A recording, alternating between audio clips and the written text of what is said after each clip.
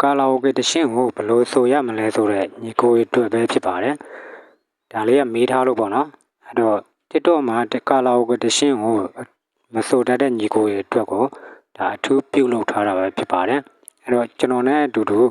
TikTok မှာဘယ်လိုသွားပြီးတော့ဆိုမယ်ဆိုတာကိုကျွန်တော်တင်ပြပေးပါမယ်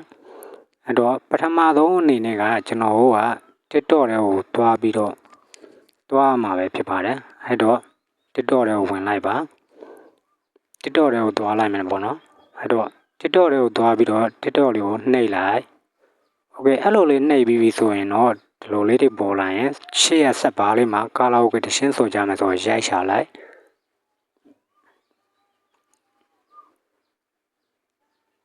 โอเคအဲ့လိုလေးပေါ်လာပြီဆိုလို့ရှိရင်တော့ကျွန်တော်ဒီမှာပေါ့နော်ကျွန်တော်ဆိုချင်တဲ့တရှင်းတွေကို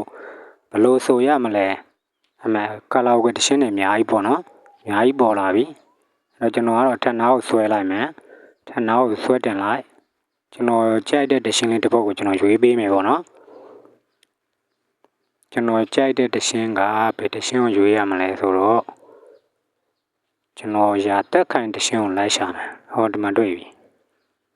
အဲ့မက်ခိုင်တို့အမှတ်တရအဲ့တရှင်းလေးကိုကျွန်တော်ဒီမှာရယူပေါ့နော်အဲ့ပြီးတော့ကျွန်တော်အောက်က share ခလုတ်လေးကိုနှိပ်မယ် share ခလုတ်လေးကိုနှိပ်လိုက်အပေါ်က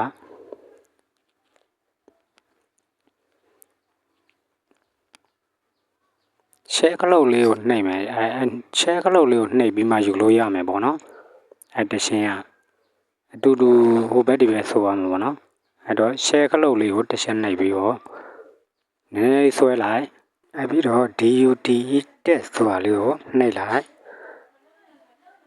โอเคအဲ့ဒါလေးနှိပ်ပြီးသွားပြီဆိုရင်တော့ကျွန်တော် TikTok အကောင့်ထဲကိုရောက်ပြီအဲ့ဒီမှာဗီဒီယိုရိုက်မယ်ဗီဒီယိုလေးကိုရိုက်မယ်နော်ဗီဒီယိုလေးကိုရိုက်လိုက်မယ်โอเค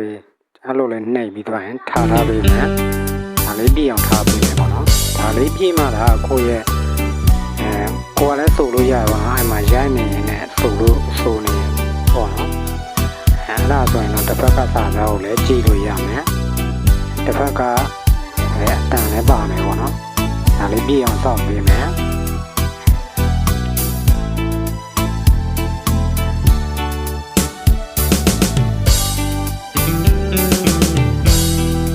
အဲ့လေးကိုပြည့်အောင်စောင့်ပေးမယ်နော်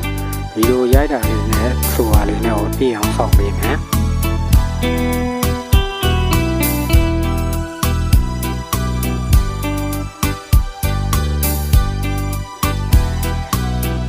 ပြည့်အောင်စောင့်ပေးပြီဆိုရင်တော့ကျွန်တော်အတန်ဖြတ်ထားပါတော့ကျွန်တော်အတန်ဖြတ်ပေးထားတယ်ကျွန်တော်အတန်တော့ဆိုတော့ပေါ့နော်ကျွန်တော်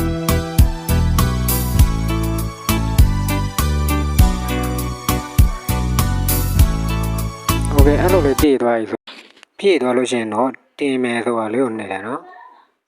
အဲ့လေးကိုနှိပ်လိုက်